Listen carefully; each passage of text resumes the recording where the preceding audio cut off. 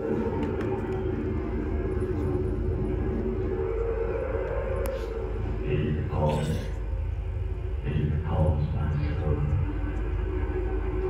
me not make it to you, you chief star. It is the cause. It has not shed a blood, not carpet white as king herbs and snow, and smooth as monumental alabaster. Yet she will die. Else she betray more men, put out the light, and then put out the light. If I could use the same minister I can in my former life, the storm should have avenged me. But once put out that light, thou comest passionate ecstatic nature. How will it wait the dreaming heat that can then up to you? When I pluck to rose, I cannot give it fight and crevice again.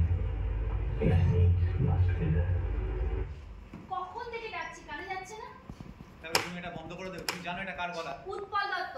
এই শোনো আজকেও যদি theatre করো না, না খেয়ে থাকতে হবে বলে দিলাম। মানেটা কি? মানে এই কয়েকদিন যে বাড়িতে ছিলাম না, কি খেয়েছিলে? খাওয়া আর মুড়ি? আরে না না, গ্রুপের ছেলেমেয়েরা এসেছিল, ওরা খাইয়েছে। কি? গ্রুপের ছেলেমেয়েরা এসেছিল, ওরা খাইয়েছে। গ্রুপের ছেলেমেয়েরা খাইয়েছে? শোনো, মিথ্যেটা তুমি একদম বলতে পারো না। কেন বলো তাহলে? গ্রুপের ছেলেমেয়েরা সারা জীবন তোমার কাছে খেয়ে এসেছে, কোনোদিন খাওয়ায়নি আর খাওয়াবেও না। কেন ওদের এত আন্ডার এস্টিমেট করো বলো তো? শোনো, তুমি ওদের হয়ে সাফাইয়ের গান দিও না। ভুলে যেও না আমি তোমার দলের একজন সদস্য ছিলাম। তোমার? সরি। আচ্ছা, এই কয়েকদিন বাড়িতে ছিলাম না, এর মধ্যে ঘরের সব ফাঁকা। গ্যাসটা অর্ডার দিয়েছিলে? এই একদম ভুলে গেছি, তাও এক্ষুনি করে দিচ্ছি। নাটক ছাড়া কি মনে থাকে তোমার? এই তো ইলেকট্রিক বিলটা যেইকা সেই পড়ে আছে। সত্যি মানে। আচ্ছা, আমি ইলেকট্রিক বিল আর গ্যাসের টাকাটা এখানে রেখেছিলাম। এই মানে ওখানেই ছিল। ধ্রুবর বাবার কার্ডিয়াক অ্যারেস্ট হয়েছিল, জানো তো? হঠাৎ করে খুব টাকার দরকার পড়ে গেছে। তখন আমি সবার জন্য তো তুমিই আছো, the one and only director. তাই তোমাকে তো এগিয়ে আসতেই হবে। মনীষা, গলাটা নামে। শেষে কাজটা না থাকলে সারা জীবন আমাদের না খেয়ে বসতে হতো। তুমি কেমন ডিরেক্টর যে সব সময় সবাইকে শুধু দিয়েই যাও, নিজে কিচ্ছু রাখো না? অথচ বাকি মেকআপ আর্টিস্ট, সেটের লোক, ওই লাইফম্যান, এরা কিন্তু কেউ ফ্রিতে কোনো শো করে না, জানো? এরা প্রত্যেকটা শো থেকে ইনকাম করে। এদের মধ্যে অনেকের আবার বাড়ি গাড়িও আছে। আর তুমি নিজের মেধা ভাবনা দিয়ে রাত দিন পরিশ্রম করে একটা নাটক তৈরি করো। তারপরে কি হয়? তোমার কপালে ফাক্কা। ওইসব অভিনেতা অভিনেত্রীরা তোমার হাত ধরে মঞ্চে ওঠে, তারপর সিনেমা সিরিয়ালে গিয়ে তোমায় ভুলে যায়। তুমি এদের জন্য নিজের গ্যাটের টাকা, সময় সব নষ্ট করো, তারপরেও তোমার কোনো শিক্ষা হয় না। আচ্ছা, বোকার মতো এসব করে তুমি কি পাও বলো তো? আনন্দ, সৃষ্টির আনন্দ, তৃপ্তি। ওসব তুমি বুঝবে না। সৃষ্টির আনন্দ, তৃপ্তি? সেই বলছিলাম, এইসব দিয়ে ওই মোবাইল রিচার্জ, তারপর ইলেকট্রিক বিল, এসব বিলবে তো? মানে পাওয়া যাবে তো দুবেলার খাবার? এসে থেকে একটু বেশি বাড়াবাড়ি করছো না তুমি? বাড়াবাড়ি? কিসের বাড়াবাড়ি? তোমার জন্য ফার্স্ট চাকরিটা দেখি প্রমোশন নিতে পারলাম। প্রমোশন নিয়ে যদি বাইরে যেতে পারতাম না, আজকে আমাদের লাইফটা অনেক সচ্ছল হতো। কিন্তু না, তোমার থিয়েটারের জন্য সব ছাড়তে পারবে, কিন্তু থিয়েটার না। ডিসকাস্টিং। তুমি আমার লাইফটা একদম হেল করে রেখে দিয়েছো। আমি তো তোমাকে যেতে বারণ করিনি, করেছিলাম। যদি যেতেই চাইতাম না, তাহলে বিয়ের 6 মাসের মধ্যে তোমায় ছেড়ে চলে যেতাম, জানো? আর যাই হোক, আমি তোমার মতো স্বার্থপর হতে শিখিনি। স্বার্থপর? হ্যাঁ, স্বার্থপর। স্বার্থপরের মতো নিজের কথা, নিজের থিয়েটারের কথা ভেবে গেছো। আমার কথা, আমার সুখ দুঃখের কথা কোনোদিন ভাবনি, আর ভাববেও না। তোমার পরপর তার জন্য ফার্স্ট ইস্যুটা নষ্ট হয়েছে, কিন্তু তোমার তাতে কিচ্ছু যায় আসে না। গত 5 বছরে এর জন্য আমাকে পাড়া পড়শি বাড়ির লোকের কাছে কত কথা শুনতে।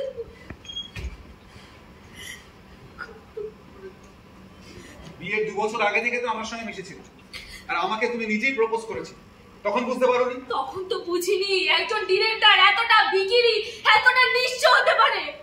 এই প্রোডাকশনের চাকচিক্য, এত সুন্দর অভিনয় দেখে আসল তুমি কি চিনতে পারি। ও, তার মানে এখন তোমার রিগ্রেট হচ্ছে?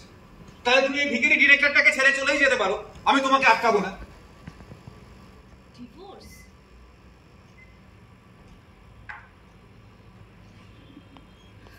তাহলে তো সেটা 6 বছর আগেই দিয়ে দিতে পারতাম। আমি শুধু চাই তুমি মাথা উঁচু করে বাঁচো, কিছু একটা করো। এটুকু চাওয়াটা কি আমার অন্যায়?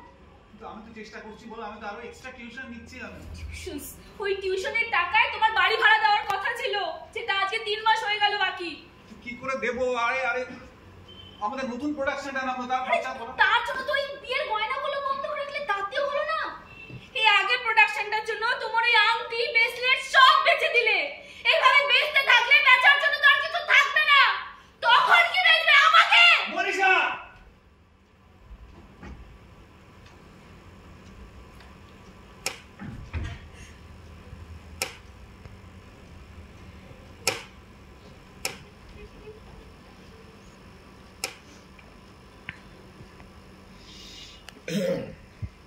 Manisha, I am sorry, sorry বলছি, আমি বুঝতে পারি। কি যে আছে মনীষা, বড় চাপা পাওয়া আছে। মনীষা,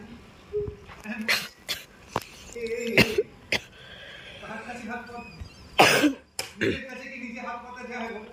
যায়। আর আমার মতো ডিরেক্টরদের তো একটাই শ্রেণী, শোষিত শ্রেণী। তাহলে এমন থিয়েটার করে কি লাভ? তুমি যাদের কথা চিন্তা করছো তারা যদি নিজের পেটের কথা চিন্তা করে বেশি পারিশ্রমিক দিতে পারে, তাহলে তোমার দিকে দোষ কোথায়? না খেয়ে খালি পেটে এমন থিয়েটার করে কি লাভ দ্রোণ? কিন্তু ওটাই তো আমার শখ, এই থিয়েটারটাই তো আমার বেঁচে থাকার অক্সিজেন। অক্সিজেন দিয়ে তো বাঁচা যায় না দ্রোণ। তার জন্য পেটে কিছু দিতে হয়।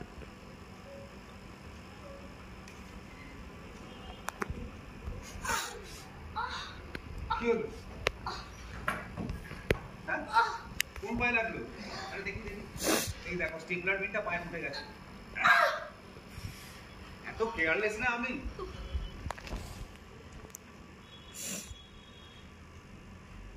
তোমার আগের চাকরিটাও চলে গেছে। এবার যদি এই ইন্টারভিউতে পাস করতে না পারি, তাহলে কোম্পানি আর আমায় রাখবে না। তখন কি হবে একবারও ভেবে দেখেছো? তুমি চিন্তা করো না, তুমি এই চাকরিটা পাচ্ছ আর আমরাও ন্যাশনাল র্যাঙ্ক পাবো। তখন দেখবে ওই ব্যাংকের টাকাটা রেখে আমাদের সেই টাকা নিয়ে তোমার বন্ধু দেওয়া গয়নাগুলো সমস্ত ফিরিয়ে আনতে পারবো আমি। তুমি দেখে নিও, আমরা ঠিক পারবো। সুবিধা হবে না স্যার? মানে আপনি ওই গ্র্যান্টের পেপারসগুলো যাদের শিষ্য করে পাঠিয়েছেন না, তারা পরিষ্কার বলে দিয়েছে গ্র্যান্টের 1 টাকাও ঢুকতে দেবে না। দেখো কাদের জন্য তুমি লড়াই করছো, দেখো। আমি তো ওদের সব টাকা দিয়ে দিচ্ছি, আমি তো ওদের থেকে কিছু নিতাম না। ওরা যদি গ্রুপকে ভালোবেসে দিতে চাইতো তখন ওনাদের ব্যাপার ছিল। না স্যার, এটা বেইমান। দেখুন, আপনি আপনার টাকাটা পুরোটাই রাখেন, গ্রুপে দেওয়ার কোনো প্রয়োজন নেই। দূর বোকা, তা কখনো হয় না। আমার টাকা দিয়ে নতুন প্রোডাকশনটা করি, আর টিউশনের টাকা জমিয়ে আমি ওর রাখা গয়নাগুলো ফেরত নিয়ে আসবো। সত্যি তোমার মতো বোকা না আর দুটো দেখিনি। লোকে গ্র্যান্ডের টাকায় বাড়ি গাড়ি করছে, আর তুমি ধর্মবুদ্ধ যুধিষ্ঠির। তোমার দ্বারা কিচ্ছু হবে না। এই বলছি কি, চায়ের ব্যবস্থা করো।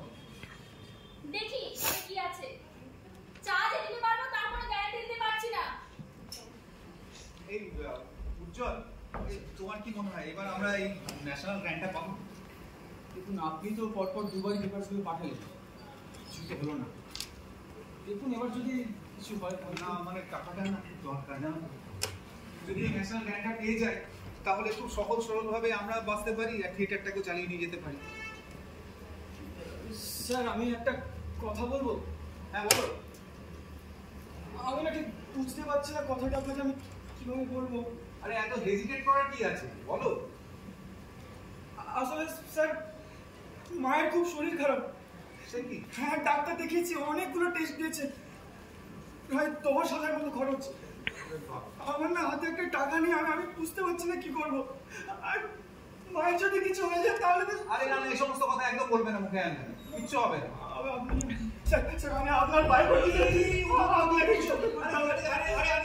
মায়ের যদি কিছু হয়ে যায় তাহলে তো স্যার প্লিজ। কিচ্ছু হবে না, মায়ের কিচ্ছু হবে না, একদম মনে এই সমস্ত কথাবার্তা আনবে না।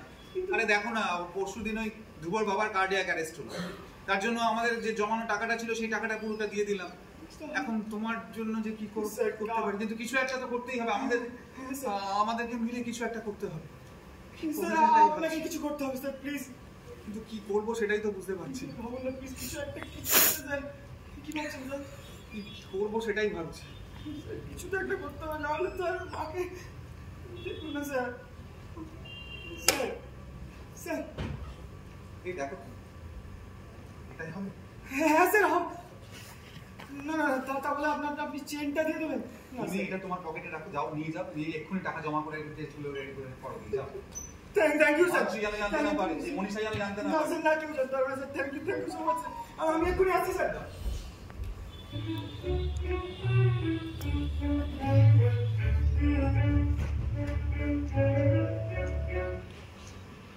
হ্যালো, কে? নীলাদ্রিদা? হ্যাঁ হ্যাঁ বলুন। কি স্টেটসের গ্র্যান্ডটা আমরা পেয়ে গেছি? থ্যাংক ইউ নীলাদ্রিদা, থ্যাংক ইউ মেনি থ্যাঙ্কস। আপনি ছিলেন বলে আমরা গ্র্যান্ডটা পেয়ে গেলাম। আমরা এই গ্র্যান্ডটা দিয়ে এবার ঠিক করেছিলাম যে আমাদের ফেস্টিভ্যালটা করব। হ্যাঁ, ফেস্টিভ্যালের টিমগুলোকে 5,000 টাকা করে দেবো, তাছাড়া সেট লাইট সব আমরা দেবো, আর স্টেজ তো থাকছেই। আপনি পারবেন না? আপনার কত লাগবে? 30,000? ও আপনি সব হাই পেড, আপনার হাই পেড আর্টিস্ট বলে আপনি পারবেন না। না আপনাকে তো নেবই, আপনাকে বাদ দিয়ে কি করে করবো? আপনি আমাদের গ্র্যান্ডটা করিয়ে দিলেন। হ্যাঁ হ্যাঁ নিশ্চয়ই করবো না। আহা আরে আপনাকে বাদ দিয়ে, আপনি ব্যাপারটা বোঝার চেষ্টা করুন। আপনাকে বাদ দিয়ে কে নীলাদ্রিদা, কি বলছে? স্টেটসের গ্র্যান্ডটা স্যাংশন হয়ে গেছে। বাহ, গুড নিউজ তো। তাহলে লোন করে আর করতে হচ্ছে না ফেস্টিভ্যালটা, তাই তো? না, 30,000 দিতে হবে নীলাদ্রিদার টিমকে। সে কি সামান্য একটা গ্র্যান্ড করে দিয়ে এত টাকা চাইছে? এটাই তো করে, শহরের মফস্বলের টিমগুলোকে গ্র্যান্ড করিয়ে দিয়ে চড়া দামে নিজেরা শোনে।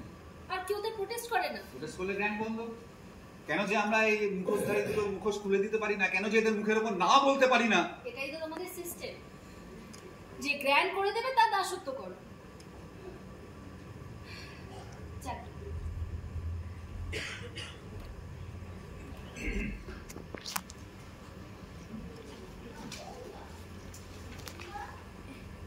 দেখি চেনটা দাও তো। এই লকেটটা দেখো, ভালো আছে না লকেটটা? চেনটা কোথায়? চেন তো নেই। নেই মানে? না, চেনটা অনেকক্ষণ ধরে খুঁজে পাচ্ছি না, মানে অনেকদিন ধরে চেষ্টা করছি, কোথায় যে গেল সেটাই খুঁজে পাচ্ছি না। আবার মিথ্যা কথা বলছো। একটু আগে তোমরা তোমার গলায় ছিল। না ছিল।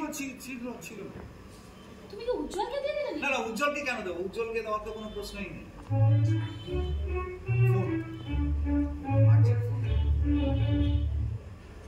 Hello hello hello hello hello, কে বলছেন? কে? সুজা? হ্যালো, দেখছো ঘরের মধ্যে টাওয়ারের এত প্রবলেম, সবসময় কি বারান্দায় গিয়ে ফোন করা যায়? হ্যালো, শুনতে পাচ্ছেন? একটু জোরে বলুন। হ্যালো, হ্যাঁ কে? ও সুজাতা বলছেন? হ্যাঁ আমরাই দিয়েছিলাম। হ্যাঁ এই ফ্রেশারদের নেবো বলে আমরা একটা বিজ্ঞাপন দিয়েছিলাম ফেসবুকে। আপনি ফ্রেশার, আপনি জয়েন করছেন, তাহলে আপনি একদিন এসে আমাদের সঙ্গে দেখা করুন। রেমুনারেশন মানে আপনি ফ্রিল্যান্সার হিসাবে কাজ করতে চান? আপনি তো ফ্রেশার, আপনি তো অভিনয় জানেন না। আপনি মডেলিং করেছেন, সব জানেন, তাহলে আপনি ভুল জায়গায় ফোন করছেন। আপনি ইন্ডাস্ট্রি যে কোনো হাউসে গিয়ে খোঁজ নিন, রাখছি। দেখছো, দেখো, দেখে শেখো কিছু। ফ্রেশার্স সে রেমুনারেশন চাই, আর তুমি এত বছর থিয়েটার করে কিচ্ছু করতে পারলে না, বলো?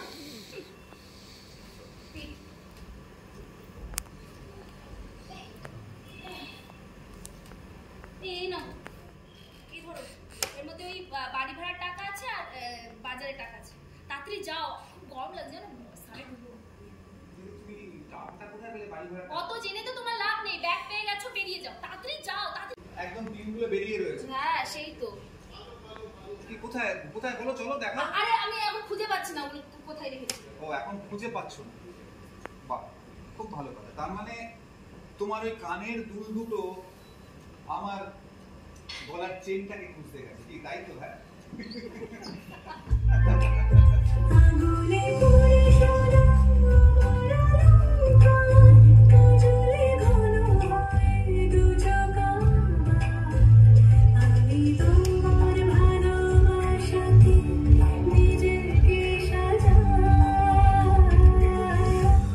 যদি সে আমার না খুঁজে না পায়, দেখে ফিরে যায়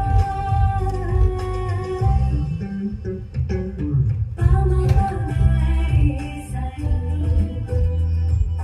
সে আজ আসবে জানি, আজ সারা বেলা।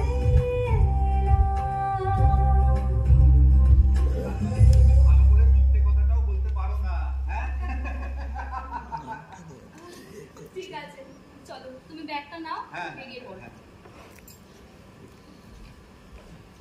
সাবধানে যেও। হ্যাঁ। সেদিন আর পারা যাচ্ছে না। কি?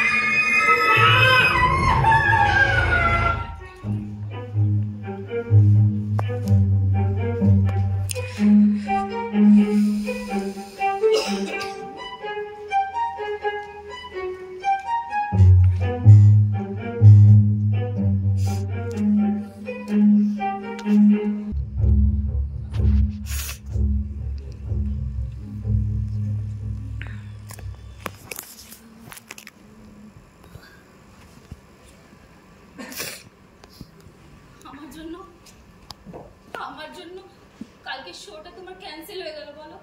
তুমি ও সমস্ত ছাড়ো, তুমি রেস্ট নাও, সব নিয়ে তোমার ভাবতে হবে। ডাক্তার আমার সম্পূর্ণ সুস্থ বলে দিয়েছে, জানো? বলেছে সময় করে ওই মাথার ওষুধগুলো লাগাতে আর ওষুধগুলো খেতে বলেছে। ট্রমাটা অনেকটা কেটে গেছে, এখন অনেকটা হালকা লাগছে, জানো? ঠিক আছে, ভালো, তুমি রেস্ট নাও। আর তুমি আসল কথাটা কিন্তু কাউকে বলবে না, সবাইকে বলবে তুমি স্লিপ করে বাথরুমে পড়ে গেছি। আচ্ছা, এত বড় একটা মিথ্যে কথা বলবো? হ্যাঁ, বলবে, নয়তো এটা নিয়ে নানা রকম নিউমার ছড়াবে। তবে তুমি চিন্তা করো না, কালপিটটাকে আমি ধরবো, ওকে এমন শিক্ষা দেবো যে ও কোনোদিন যেন কোনো মেয়ের দিকে চোখ তুলে না তাকাতে পারে। না না, আমি বলছি তুমি খুব রিস্ক নিচ্ছ, তুমি পুলিশে খবর দাও। পুলিশে খবর দিলেও সেই একই অবস্থা হবে। তার থেকে আমি একটা ভালো উপায় পেয়েছি। আমাদের পাশে যে নতুন ফ্ল্যাটটা হচ্ছে, ও সিসিটিভি ক্যামেরা আমাদের বারান্দার দিকে মুখ করে লাগানো, মানে বারান্দার জানলা দিয়ে কিন্তু আমাদের ঘরটা পুরোপুরি দেখা যায়।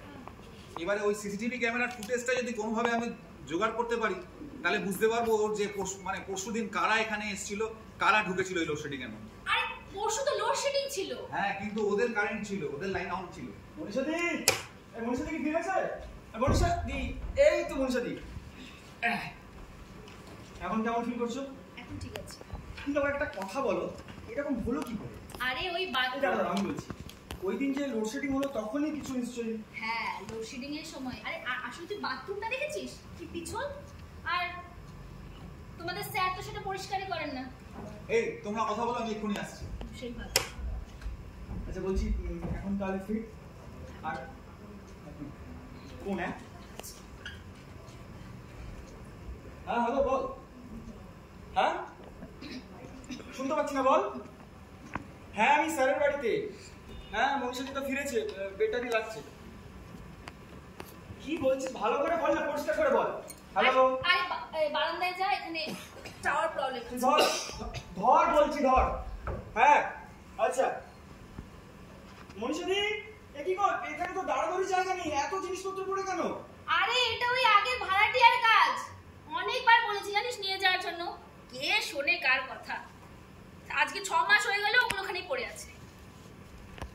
সে কি গো? হ্যাঁ। আরে উজ্জ্বল, তুই নতুন আইফোন কিনেছিস? আমায় বলিস না তো। কি করে বলবো? তোমার তো ওই দিন অ্যাক্সিডেন্ট হলো, তারপর তো এইসব। ও, দেখি দেখি হ্যাঁ দেখি। হ্যাঁ। বাবা,